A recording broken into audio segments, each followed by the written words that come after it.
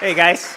As you were saying, I've been in the industry for a long time. I owned a couple game stores. I ran events for like Wizards of the Coast and Konami back in the day. I was a level 3 judge for Magic. I played competitively in Magic, and I've just been in the hobby for a long time. And like I'm sure many of you, when I was a kid, I like tinkered with games and redesigned games, designed my own games, and at some point, as a game store owner, I started tinkering with games on the side and decided to produce my own games, and I started a game company, and it failed. And then I started another game company, and it failed. And then I started another game company, did okay, and then we got to White Wizard Games. So basically, I've done a lot of self-publishing over time, and there's a few things that I'd like you to sort of take from it. If you're thinking about doing self-publishing, it's really cool. You get to do whatever you want, but the bad news is you also have to do everything you don't want to do, because every piece of the puzzle is now falling on you. So the big takeaways that I'd like you to take from this talk is, first off, you don't need a ton of money to start a game company. You can, if you're willing to do a lot of the work yourself, then you can get by on fairly little. You do need a sustainable income. Your fledgling game company will not be paying you; you will be paying it. So you cannot plan on any income whatsoever from your self-publishing. It's going to be an uphill climb. Established publishers have really big advantages, and as a new player on the field, no distributor will have heard of you, no game store will have heard of you, the customers haven't heard of you.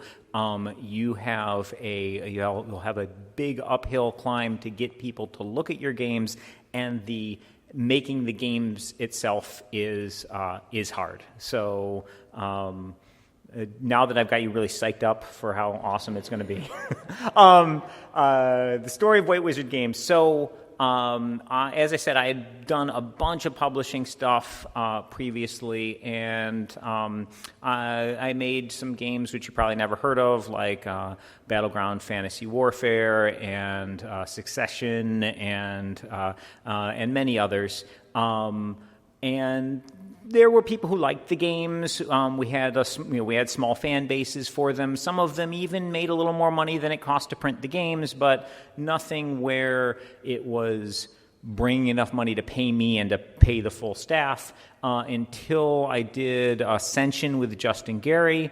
That game really took off pretty well, and that was sort of my first successful self-published project. Meanwhile, my friend Darwin Castle, who had worked with me in many of my failed game companies, and he had just done a stint working for Upper Deck Entertainment. He really wanted to be a professional game designer, but was having a hard time getting work in the industry. So I suggested to him, hey, just make a game. And bring it around to people. You can pitch it. Maybe someone will pick it up, but you'll also be showing them what you're capable of. So just make a game, and that'll be like your resume project. And so he made the first edition of Star Realms. And he brought it around and he showed it to a bunch of game companies, but didn't get any traction. And so I was like, okay, well let's work on it some together. Like we'll tweak it, we'll develop it, we'll make it better, and then you can try again. And so we worked on it. We played, and Darwin and I were on a Magic team together. We played Magic professionally. We're both now in the Magic Hall of Fame. But for many, many years, we would work on decks for Magic. We'd battle back and forth. We'd get them tweaked, then we'd go to the professional events and play, and hopefully win money and have fun.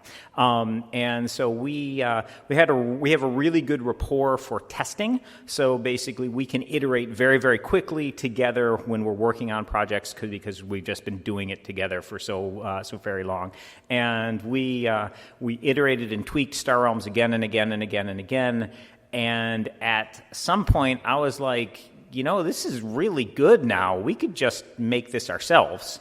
And so we decided we were going to try publishing it ourselves, and we started working toward doing a Kickstarter. That Kickstarter was successfully funded at about $50,000. We increased our print run size from my planned 3,000 units up to 10,000 units, which I thought I was sure I was going to be, just killing myself with that. But then that initial print run sold out, and I could see it was going to happen, so I ordered 15,000 additional units, which arrived a couple months later. That sold out. I ordered 20,000 more units. That sold out. 30,000 more units. That sold out. That first year, the $15 set of Star Realms was selling on eBay for like $80. So success beyond anything we could have hoped for. So that's the story of what is possible, what you're shooting for. So the two most important things you need to make your business successful, to do this thing that you're trying to do. Number one is an awesome product, and number two is an awesome team. Product first, and the good news here is most of us are game designers. This is the part we really love, like designing, tinkering, working on your game. If you're going to go the route of self-publishing, there is an insane amount of work down the road, and a lot of it is not the fun game design, game development stuff which you got into the industry for in the first place. So if you're going to do this, you want to make sure you are going with your absolute best possible game. When you're play testing the game, you should have people begging you to play more when the game's over. You should have people asking, hey, can I take this prototype? Can I buy this prototype from you? Can you send me print and play files? Like basically, if you are not getting that level of reaction, no problem, just keep doing the design, keep doing the development, get it to that point. If you're at that point where it's like, oh my gosh, this is so fun, people just can't get enough of it, that's the only scenario where I would look at going that self-publishing route. And even a great game is probably not enough. As everybody knows, there are tons and tons of games coming out all the time, and a lot of them are by big publishers with big marketing budgets, intellectual property, etc. You're going to be going into a really, really tough marketplace. So you'll need more than a great game. You need a great product, and you need great work. You need a great marketing behind it. You'll need the stars to align in order for things to work out the way you want them to. With Star Realms, we had what we thought was a great game, and basically the gamble we took with it was we took a deck builder, which had most deck builders at the time were going for about $40 in a large box, and we basically got rid of the large box and we put it into a small package and priced it at $15. And at the same time, we were spending more on art, higher level art, more play testing, et cetera, than was going into the more expensive products. At the time, this was a little bit crazy in that one of the best ways your game gets marketed is on the shelf in the game store. So if you've got a big box, people can see it. If you've got a little box, it's harder to see. Also, the little box had the problem of being easily confusable with the trading card game. However, what I found I was doing with most deck builders was taking them out of their big box and putting them into one of my small trading card game boxes, my little plastic Magic deck boxes, and carrying the game around in a much smaller footprint. So the gamble was, perhaps this will be something that people appreciate, and obviously that ended up working out really well for us. The other thing is that awesome team. There are a ton of things that go into self-publishing. I've got a nice incomplete list here, but you're going to need a project lead, a visionary who's coming up with the big ideas on what you're doing. Of course, game designer, game developer. You're going to need art direction, art itself, graphic design for your elements. You're going to need an editor. You've got production and logistics to deal with, accounting, event management, conventions or organized play stuff for promotion in stores, marketing and PR, sales, and if you want to have a digital app, you'll also need a digital team, which would be its whole own slide. So a lot of jobs to do. Now, you don't need this many people. You can get this done by taking on a whole bunch of jobs per person, which is what we ended up doing early, and then using contract work to fill in the gaps. So, for example, we had on our initial team, myself and Darwin, I had run a bunch of companies before, so I could handle a lot of the business end of things. We were both game designers and game developers ourselves, and we partnered with someone who was a graphic designer and could do editing and some video production stuff. And we had help from friends like Debbie Moynihan, who is now our COO and been head of marketing for a long time. At the time, she was just a friend helping me out with the marketing stuff. So you can get by with a smaller number of people, but these jobs need to be done by somebody. And then there's the costs involved. So the big ones are manufacturing, so basically printing the game itself. You should be able to get a pretty good handle on what these costs are by putting together a request for quote, basically writing down all the things your game's made of, giving that to a printer. They'll look at it and say, I can make the game for X dollars a unit at this number of units, and they'll give you a price range based on quantity. Then freight, you're going to have to ship the games from wherever they're being made to wherever you're going to be storing them and shipping them out from. So that's the receiving and storage, basically paying the warehouse. Shipping and fulfillment, so getting the games to your customers, and whether that be distributors or end users. And those shipping and fulfillment costs, especially if you're going to go like the Kickstarter route where you're shipping to individual backers, those costs are really, really, really big. You need to do your homework ahead of time, figure out how much your game's going to weigh, how big it's going to be, figure out exactly how much it's going to cost to ship to people. One of the things that trips people up the most is underestimating those shipping and fulfillment costs, and basically they end up going way negative on their Kickstarter fulfillment because they didn't realize how much it would cost to actually get those things into the customer's hands. And then, of course, after the fact, customer service. So these are all the areas you have to think about your costs in. Now, you can save a lot of money. So, for example, receiving and storage. You can hire a warehouse to do that, but when you're small, you can just do that yourself. White Wizard Games initially, for like our first year, our shipping department and our warehouse was my garage. And basically, trucks would pull up, we'd unload pallets by hand, move stuff into the garage.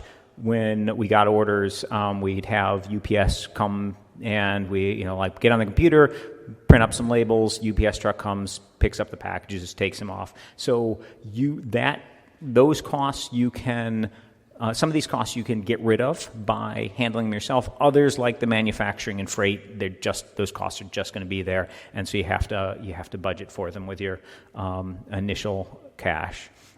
Then, of course, how do you get money from your product? So I can't say enough good things about Kickstarter, crowdfunding in general. I did a bunch of games before Kickstarter was a thing.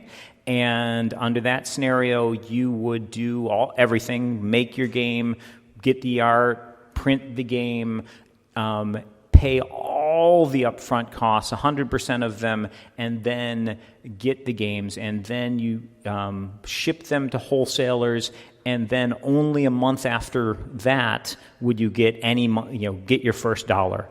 And you would have to do tons of marketing and tons of legwork to get the game in front of people.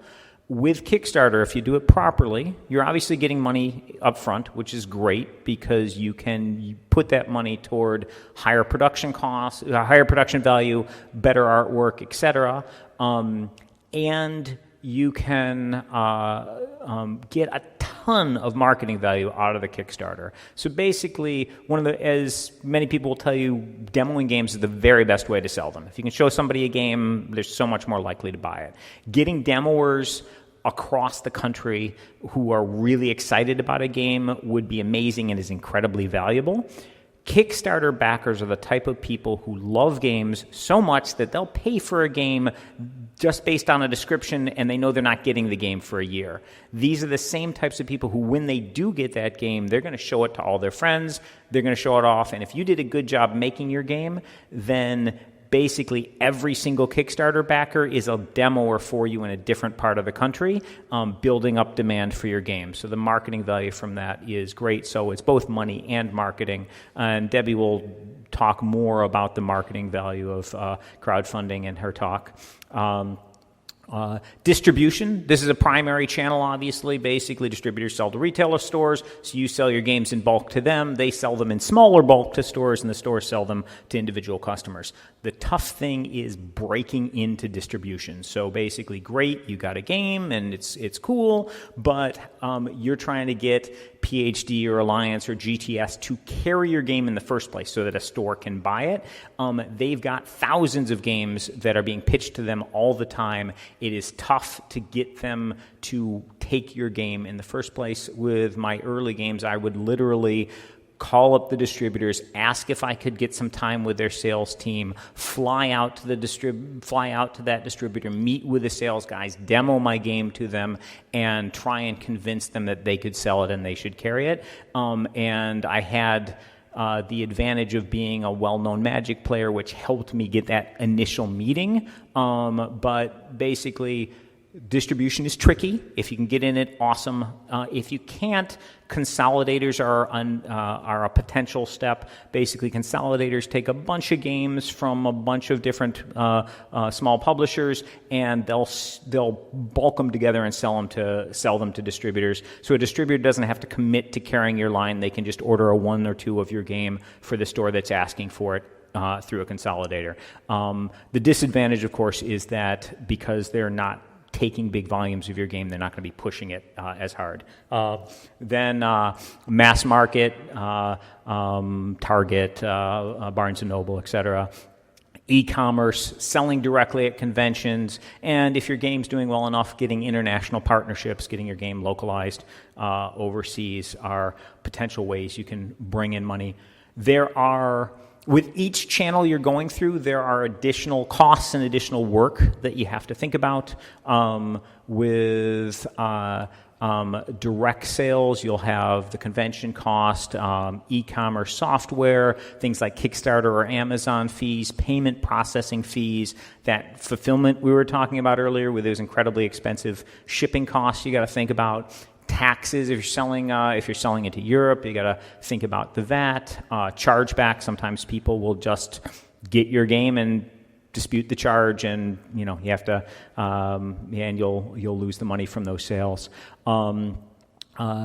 Distribution takes away a lot of those headaches, but they, of course, get a very large discount. So when you're selling to the end user, selling for full retail value. When you're selling to a distributor, you'll be getting maybe 38% 50% of the 40% of the cost, the retail cost of the game. You still have to get the games to the distributor, so you'll be paying freight. It's much cheaper per unit, but still can be pretty expensive when you're shipping pallets around. And of course, you'll still have to market your game and have it known out there. And then mass market. Obviously, potential to reach a huge number of people, but the mass market stores are very difficult to work with. Basically, they will dictate a lot of terms. They'll tell you we need X amount of inventory at a certain time, and you just have to have all that ready for them, or you're out of luck. They're going to demand very high discounts. They typically have the ability to mark down your product and charge you back for it. So basically, if your product's selling for $10 and they paid you $4 per unit, they often work in the right to mark it down. So they'll bring it down to $5, and then they want $2 back from you for every unit that they sell at those $5. And basically, no one else gets to do that, but the mass market stores often demand terms like that. And there may also be additional hidden fees, like Barnes & Noble recently charged companies that had games with them money so that they could buy new shelving to put those games on. So basically, the mass market stuff has great potential, but some nasty side effects. Okay, so let's say you did it. You got your game out there. You went with your best game, and the stars all aligned, and you got a hit product. Awesome. Now, how do you grow your company from there? One obvious route is additional product lines. And the good news here is you've spent a lot of money and a lot of time getting things in place, having customer service people who can help answer questions. You've established relationships with all these distributors. Maybe you have some foreign partners you've gotten with for your hit game. You can scale all these things up with when you get an additional product. You can basically just put it into all those existing channels, so it's much easier to be successful with your next game after you have a big success. For example, we raised about $50,000 with Star Realms and then sold a ton of units afterwards. It won a bunch of awards. And then the next game we made was called Epic Card Game, and that one raised $500,000 on Kickstarter. Not because the game proposition itself was more exciting, but because people knew us at that point and we had all these systems in place and we were able to basically get the message out that much better. And because you have all these existing customers that you've established and they know who you are, you don't want to stray too far from your initial product when you're taking this next step into expanding your line. Obviously, you want to give people a different game, but hitting some similar themes can be good. So, for example, with our first few products, we stuck with the big game play in a small package at a low cost, really good two-player play, but also expandable into more players. So Star Realms, Epic, and Hero Realms have those sort of common threads running through them that allowed us to both reach our existing customers and give them something that we thought that they would enjoy, and also growing our base with more games. And then, of course, expansions on the games that you already have. It's a great way to leverage what you've already built.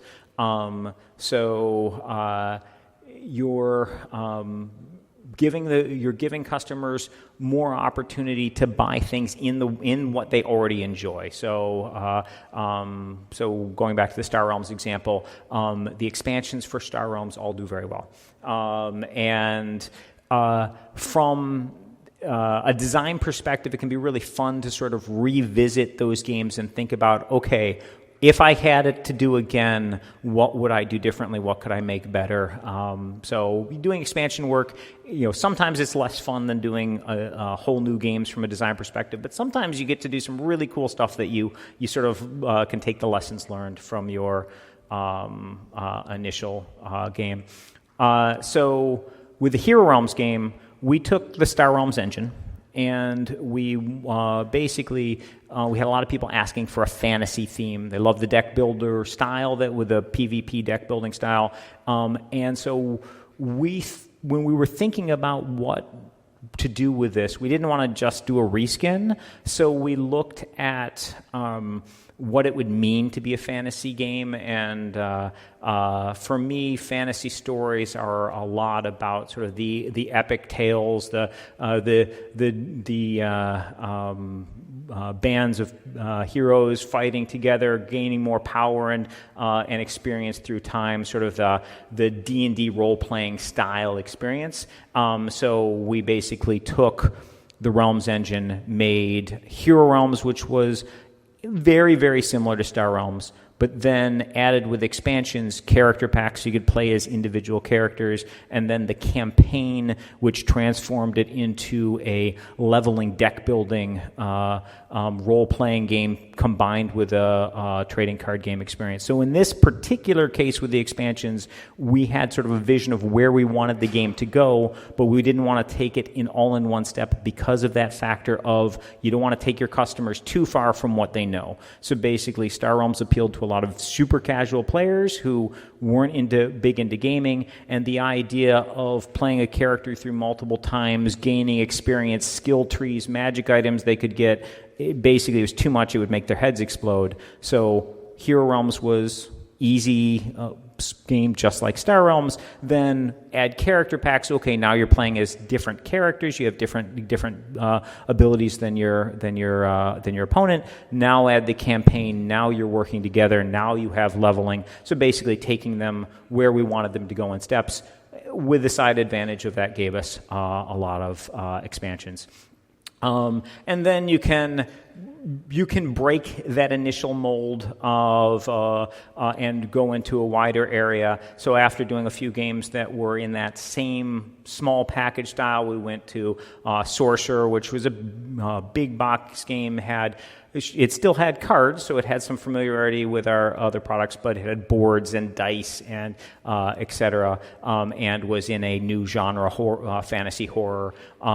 So you're not locked in there forever. You can expand outward, but you want to be thinking about how are we going to market this to both new people and the people we already have as you're going. And then, of course, to further expand, bringing in outside designers, looking for products that are close to completion. We recently signed a game called Kapow, designed by a group of designers near us. We actually met them at the Boston Festival of Indie Games. And the great thing about that game was it was close to completion, so we could add it to our existing cycle. And for them, it gives them more exposure, so it's basically the next step in growth for our company. There's a whole lot more marketing and community building, basically reaching out to customers. Debbie's giving a talk at 4:30 today, and she's going to be covering all that stuff. If you have any questions on self-publishing, I'm going to be here at this show, and I'll also be at the first couple days of the BGG Con. Feel free to come up to me anytime. I'm happy to answer questions on, like, how do you find a printer? How do you reach out to, how do you make a request for quote? How do you do an art brief? Any of the things the little steps along the way, if you decide you want to be completely crazy and produce a game yourself, I'm happy to help out, answer questions along the way. Thank you very much, guys.